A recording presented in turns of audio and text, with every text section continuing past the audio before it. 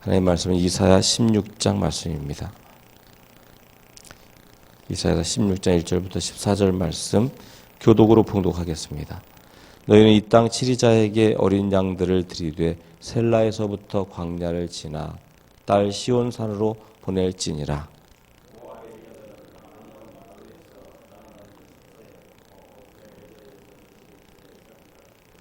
너는 무력을 베풀며 공의로 판결하며 오정띠에 밤같이 그늘을 짓고 쫓겨난 자를 숨기며 도망한 자를 발각시키지 말며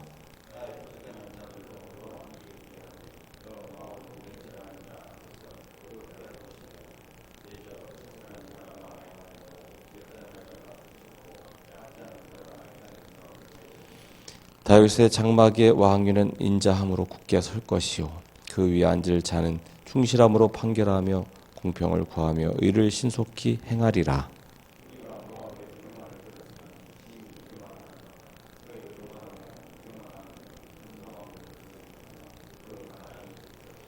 그러므로 모압이 모압을 위하여 통곡하되 다 통곡하며 길르하렛의 건포도 떡을 위하여 그들이 슬퍼하며 심히 근심하리니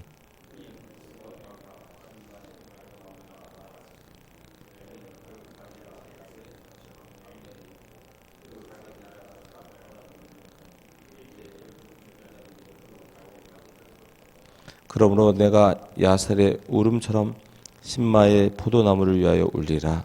헤스본이여 엘랄레여 나의 눈물로 너를 적시리니 너의 여름실과 너의 농작물에 떠드는 소리가 일어남이니라.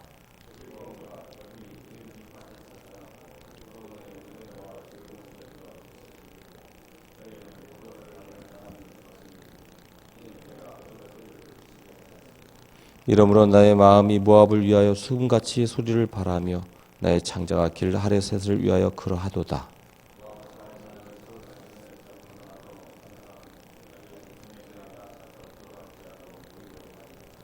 이는 여호와께서 전에 모압을 들어 하신 말씀이거니와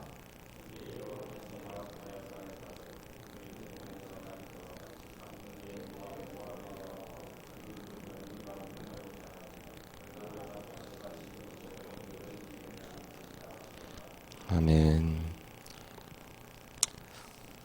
오늘 말씀은 모압의 그 심판의 계속적인 내용이 나와 있는 것을 보게 됩니다. 근데 여기에는 이제 하나님께서 이스라엘을 통하여서 모압이 그 모든 그 어려움에서 벗어날 길을 제시해주는 그런 내용이 나와 있는 것을 보게 됩니다. 1절에 보게 되면 이 땅 통치자에게 어린 양을 드리라 이렇게 말씀하고 있죠. 하나님께 어린 양을 드리는데 셀라에서부터 광야를 지나서 시온산으로 보내라 이렇게 얘기하고 있어요. 셀라는 굉장히 아주 남단이에요. 이제 우리가 요즘 지명을 하면 페트라라고 할 수 있습니다. 페트라. 그래서 아주 모압과 암몬을 지나서 저 밑에 있는 이제 땅이라고 할 수 있는데 아마 거기까지 이제 피난을 가서 아마 거기서부터 쭉 올라오는 그런 여정을 얘기하는 것 같습니다. 그래서 시온산은 이제 예루살렘이죠. 그래서 광야를 지나서 시온산으로 하나님께 예물을 드리는 하나님을 믿는 그런 이제 자들이 되라 이제 그런 의미가 될 것 같습니다. 어쨌든 모압의 이제 딸들에 대한 어떤 그런 이야기를 하면서 여기 이제 4절에 보게 되면 나의 쫓겨난 자들이 너와 함께 있게 하되 너 모압은 멸절하는 자 앞에서 그들에게 피할 곳이 되라. 근데 여기 보면 이제 멸절하는 자는 아마 이제 그 이스라엘을 쳐들어온 이제 그 아수르라든지 이제 그런 나라를 얘기하는 것 같고요. 너는 이제 모압을 얘기하고 있습니다. 그래서 너는 모략을 베풀어서 그래서 이스라엘 사람들 쫓겨난 그들을 숨겨주고 그들을 이제 도와줘라. 그렇게 한다면 하나님께서 또 모압을 도와주겠다. 이제 그렇게 이야기하는 그런 장면이라고 할 수 있죠. 지금 모압이 이제 멸망 직전이라고 말씀하시면서 이 중간에 이제 이런 내용이 나와 있는 것을 보게 됩니다. 그래서 하나님의 심판을 면하는 방법은 하나님께 잘 보여야 되는 거죠. 결과적으로. 우리는 이 땅에서 일어나는 여러 가지 일들과 상황 속에서 우리는 거기에 이제 매달리게 되지만 실제적으로 그 모든 것을 주관하시는 분은 하나님이다라고 하는 것입니다.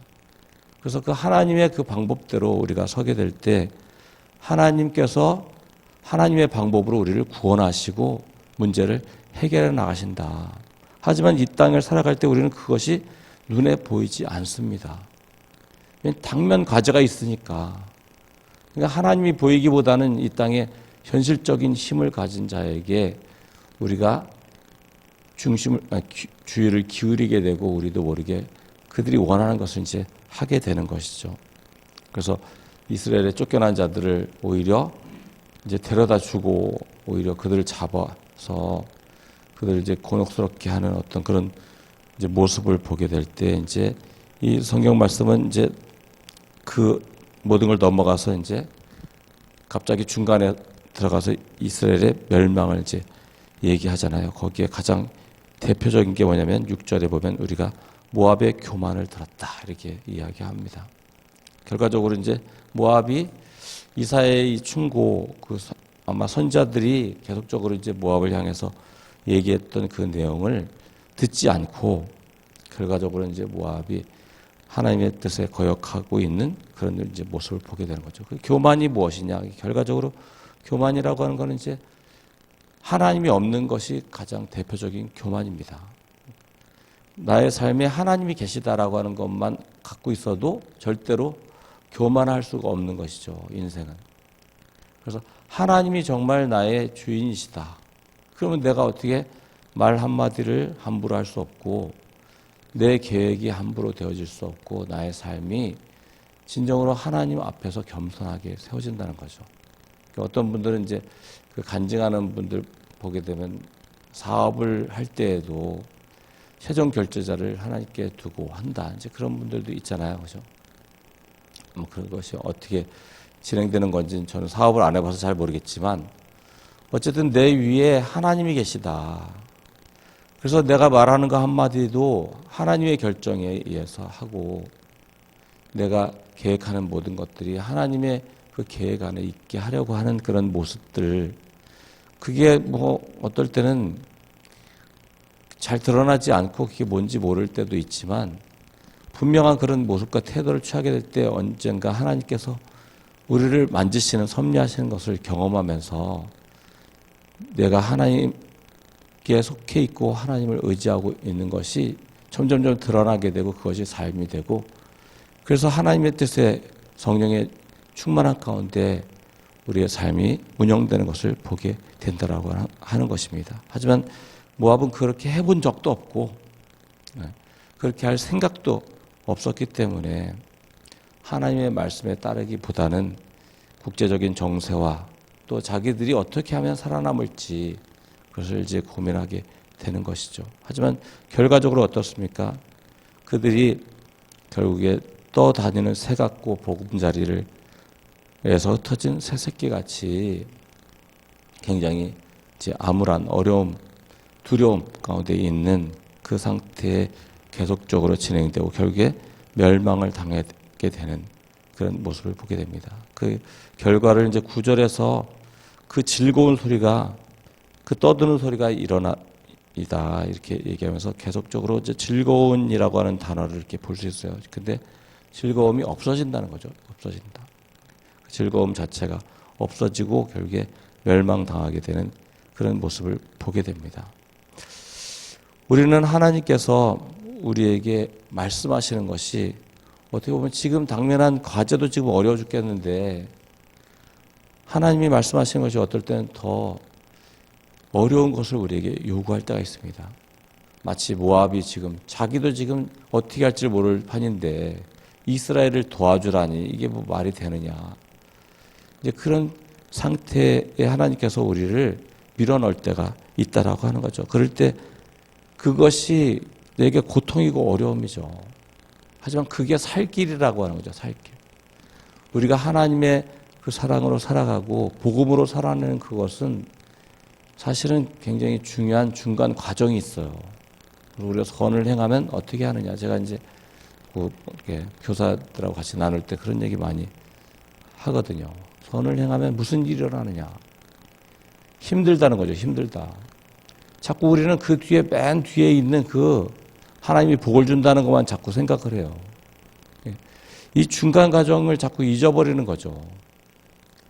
우리가 선을 행하면 당연히 피곤하고 힘들고 어렵고 내 걸 내줘야 됩니다. 근데 우리는 자꾸 이것을 빼버리고 하려고 하는 거죠.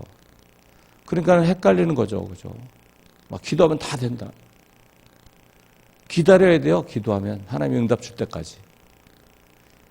근데 우리는 기도하면 그냥 곧바로 막 들어오는 거죠. 십자가가 없이 영광이 절대 없습니다. 십자가는 그냥 죽는 거죠. 죽어요. 죽으면 뭐가 있어? 아무것도 없잖아요. 그러니까 믿음이 필요한 거죠. 십자가는 죽음이 있는 것인데 거기에 뭐 뒤에 남을 게 없잖아요. 우리 인간적인 계산은 거기까지밖에 안 되기 때문에 죽음 이유는 아무것도 없으니까 그러니까 하나님을 신뢰할 수 없는 것이고 결과적으로 하나님 뜻대로 할 수가 없는 것입니다. 그래서 믿음이라고 하는 것은 그 죽음 이유를 바라보는 거기 때문에 지금 내게 있는 모든 것들이 결국에 죽음을 통해서 이 바울은 결국에 나는 날마다 죽는다 그러잖아요. 날마다 죽는다. 이 죽음이라고 하는 거 우리가 우리의 삶에 그 죽음이라고 하는 것 이후에 하나님의 역사가 있다라고 하는 것 그걸 잊어버리고 그냥 우리는 영광을 취하려고만 하기 때문에 기도하면 막 즉각적으로 뭐가 이루어질 걸 이렇게 생각하기 때문에 그런다면 뭐 믿음이 뭐가 필요했습니까? 그렇죠? 우리가 이렇게 저번에 이제 여기 이현주 선교사님이 이제 청년부 와서 이제 설교하는데 자기는 선교지 가서 기도하면 막 안진뱅이도 일어나고 막 눈먼자가 눈을 멀었다기보다는 눈이 거의 안 보이는 사람이 막 같이 라섹 수술한 것처럼 그냥 너무 눈이 글씨도 막 안 보이던 사람이 눈이 막 보이고 막 그러는데 막 역사가 일어나니까요. 이게 뭐 제가 다 얘기할 수는 없지만 막 엄청난 일이 많이 일어나고 뭐 이렇게 전도 집회 가서 전도하다 보면은 아무 사람이 없다가도 기도를 시작하면 사람들이 막 몰려 나옵니다. 왜냐면 거기서 그 자리에서 기적이 일어나니까 그게 소문이 금방 퍼져가지고 막 일대가 막 들어오고 전쟁통에 있는 지역에서 선교하다 보니까 선교를 하다 보면 이제 그 시간에 빨리 빠져 나와야 되거든요. 이 스리랑카가 이제 그러니까 내전이 있었던 때 이제 선교를 했기 때문에. 근데 사람들이 차를 막고 못 가게 합니다. 하나님도 안 믿는 사람들이 자기 기도해달라고. 근데 자기 어머니가 너무 몸이 안 좋으셔서 스리랑카로 모시고 온 거예요. 그래서 한국에 오면 기적이 안 나타나니까. 그래서 스리랑카에서 몇 달을 있으면서 뭐 몇백 번을 기도했는데 안 낫습니다. 병이 낫질 않네. 그 선교지 가서 기도하면 그냥 그 자리에서 막 기적이 일어나고 막 안진뱅이 일어나고 막 눈이 띄어지고 막 별 역사가 다 일어나는데 하나님이 그렇게 하실 때가 있는 거예요. 그분이 깨달은 게 뭐냐면 결과적으로 이 힌두교도들은 오만 잡신 막 몇억 개의 신이 있기 때문에 하나님을 믿는다고 해도 가서 뭐 붙여놓고 뭐 무슨 신 놓고 막 다 놓고 거기에 하나님 하나 끼워주는 것밖에 안 되는 거예요. 진정한 하나님인 줄 알게 하기 위해서 하나님이 기적을 베푸는 거지.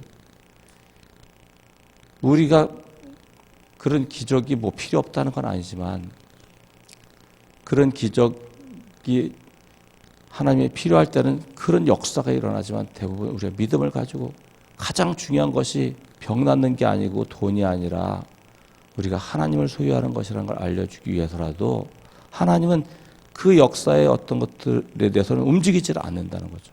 우리나라 선교사님들 중에 묘비 중에 아기들 묘비에 써 있는 글들이 대부분 그런 거잖아요. 하나님 낫게 해주셨으면 더 좋았을 텐데. 근데 죽었어요. 선교사님들의 자녀들이. 아주 아기일 때. 그 희생을 치러서 그 피값으로 우리가 이렇게 구원받고 이 땅이 복음화된 것입니다. 우리는 이 중간 과정을 자꾸 잊어버리고 우리가 자꾸 그렇게 결과론적으로만 나가기 때문에 하나님의 뜻을 실천하지 않는 거죠. 내가 왜 그렇게 해? 계산을 보니까 안 되겠네. 개선을 하는 게 아닙니다. 하나님 말씀을 실천하는 거지. 우리가 하나님 말씀을 따른다는 거. 그것은 어떻게 보면 내게 보면 얼토당토하고, 아니 지금 나도 지금 죽겠는데 무슨 이스라엘 백성을 무슨 구해주고 뭐 그들을 숨겨줍니까? 그죠? 하지만 그건 논리적으로 따질 게 아니라 하나님이 하라는 걸 하는 거죠. 그렇게 할 때 역사가 일어났을 텐데 결과적으로 역사적으로는 그렇게 되지 못하고 모압은 하나님의 말씀을 선택하지 않았습니다. 우리 믿음의 식구들, 오늘은 우리의 삶이 정말 하나님이 내게 주신 축복된 날임을 기억하고 하나님 말씀의 순종함으로 승리하는 귀한 하루 되시기를 주님의 이름으로 축원합니다.